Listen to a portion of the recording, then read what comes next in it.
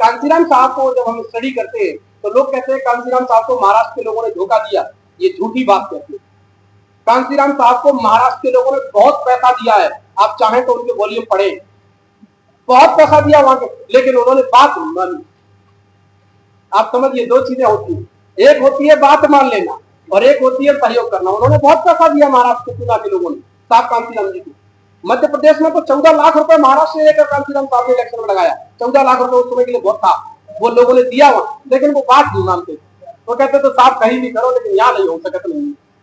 लेकिन जब यहाँ कामयाब हुए तो वहां भी उनको धीरे धीरे कामयाबी मिलने लगी। तो ये 4 गुण हमारे लोगों को होने चाहिए और हमको 5 काम नहीं करना है। तो मैं आपको परहेज बता रहा हूँ, हमको ये 4 गुण वाले लोगों का साथ देना है।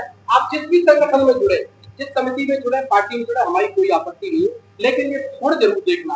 अगर ये गुण होंगे उनमें तो वो आपको सही रास्ते पर ले जाएंगे, नहीं तो आज नहीं तो कल। हमने वो भी देखे हैं जिन्होंने शुरुआत की थी एक नए संगठन की। नहीं, हमारा कहने का मतलब है ये नहीं कहे कि आप अपने लिए बता रहे हैं, हम ये कह रहे हैं जिनमें भी ये गुण है। ऐसा नहीं है कि हम ही लोग हैं, ऐसे देश में और भी साथी हो सकते हैं जिन्होंने ये सिद्धांत अपने जीवन में लागू कर रखे हो। वो आप हमारी नजर से हो सकता है दूर हो। अभी हम लोग 5-7 लोग ऐसे हो गए हैं एमपी में जिन्होंने अपना पूरा जीवन इस मिशन के लिए समर्पित किया है। बैकवर्ड के भी लोग हैं उसमें, एससी के भी लोग हैं उसमें, और कुछ एसटी के लोग भी तैयार हुए। तो 5 हमको सिद्धांतों का पालन नहीं करना। क्या? सबसे पहले हमारे घर में जैसे ही शादी आती है तो सबसे पहले कहा जाता है ब्राह्मण के पास, नहीं जाना। गाड़ी घोड़ा गार्डन के लिए तो कहा जाएगा तस्ली के पास, तो बच्चा उन्हीं की, और राशन के लिए तो कहा जाएगा बस। तीनों पैसा लेते हैं, ये तीनों काम नहीं करते। शादी ब्याह हमको खुद तय करना है, ना कोई शुभ होता है ना कोई अशुभ होता है, इस बात को आप मान लीजिए।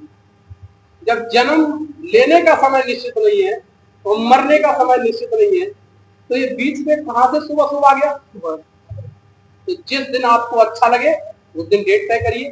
गाड़ी घोड़े गार्डन चाहिए तो अपने लोगों से लीजिए, अगर गाड़ी घोड़े गार्डन ना मिले तो रोड पे टेंट लगा लीजिए। खुद बिहार में शादी कर आइए, कोई जरूरत नहीं है बड़े बड़े ये लाखों रुपए। शादी अगर बेटी की आए तो 20 लाख रुपए खर्च कर देते हैं, तो समाज के लिए अगर डोनेशन देने वाली बात आए तो 1000 रुपए दिखाते हैं। भाई कहाँ 20 लाख है, कहाँ 1000? तो वो शादी आसानी से भी हो सकती है। सिखों में शादी होती है कि नहीं, मुस्लिमों में शादी होती है कि नहीं, ईसाइयों में शादी होती है कि नहीं? वो तो दिखावा नहीं करते, पर हमको तो दिखाना है कि हमने इतना कमाया है, बड़े होटल पे करेंगे वीआईपी। हमारे कई साथी होते हैं, आप आश्चर्य करेंगे जानकर। अभी सीपी में हमारे एक साथी ने शादी की, उन्हें अपने बेटे की शादी में 25 लाख रुपए खर्च किया, और बेटा भी बेरोजगार है, बेटी भी बेरोजगार। और वो कह रहे थे मुझसे कि हम अपने जीवन में कभी किसी होटल में नहीं रुके, और बेटी की शादी के लिए पूरा शिवपुरी का सबसे अच्छा होटल। जो इंसान अपने जीवन में कभी होटल में नहीं रुका वो पूरा होटल बुक कर रहा है, इनके राजा बनने से राजा बन जाऊं। और वो 25 लाख रुपए अगर वो बेटों के लिए कोई बिजनेस डलवा देते तो शादी 2 लाख रुपए में कर लेते। शादी हमारी भी हुई है, पूरी शादी में 1 लाख रुपए खर्च हुआ, ना दहेज न लगन न फलदान न हल्दी न चंदन न बैंड न बाजा न बारात। 200 लोग आए, एक जगह बैठे, 2 घंटे में शादी। 2 बजे पहुंचे थे, 5 बजे शादी हुई, अपने अपने घर चले गए।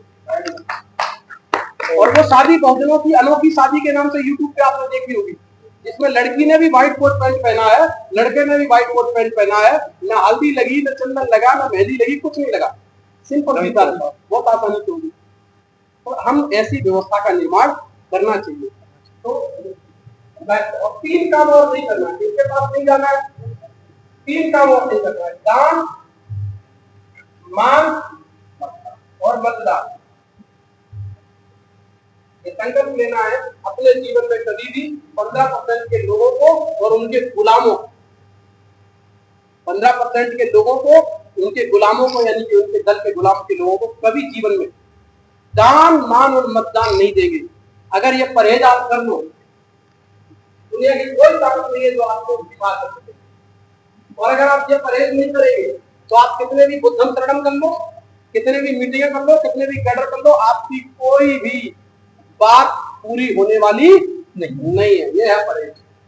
कसम खाए कि आज के बाद हम एक फूटी कोड़ी दान उनको नहीं देंगे, उनको मान सम्मान गाली नहीं देने की बात नहीं कर रहे।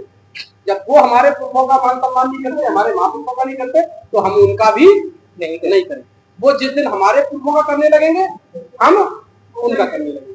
तीसरे नंबर की चीज, हम उनको मतदान भी नहीं करेंगे। जो क्या वो लोग हमारे लोगों को मतदान करते हैं, नहीं करते।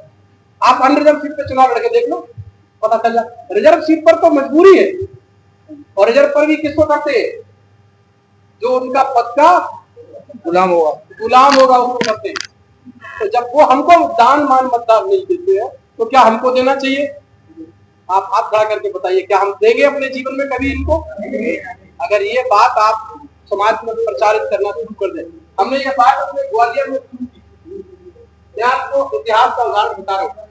हमने कहा कि हम जो कह रहे हैं वो समाज मानता है कि नहीं, तो हमारी बात बन जाएगी। इसके लिए हमने क्या किया है, सॉफ्टवेयर डिजाइन करवाना शुरू किया है।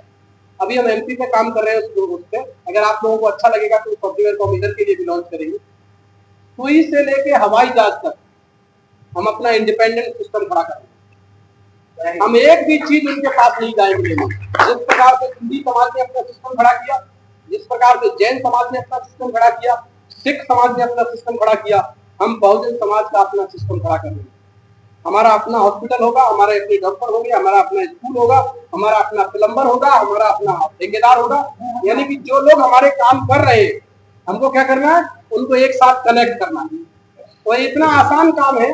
अगर हम एक सॉफ्टवेयर बना दें, भैया थोड़ा सा इधर देखिए, अगर हम एक ऐसा सॉफ्टवेयर बना दें जिसमें क्या हो, हमारा अगर डॉक्टर को प्लम्बर चाहिए तो वो आईडी पासवर्ड दे दे उसको, वो आईडी पासवर्ड डाले, अपनी आईडी पे जाए और वहां लिख दे कि मुझे एक प्लम्बर की जरूरत है। हमारा सिस्टम पे एक व्यक्ति बैठा है,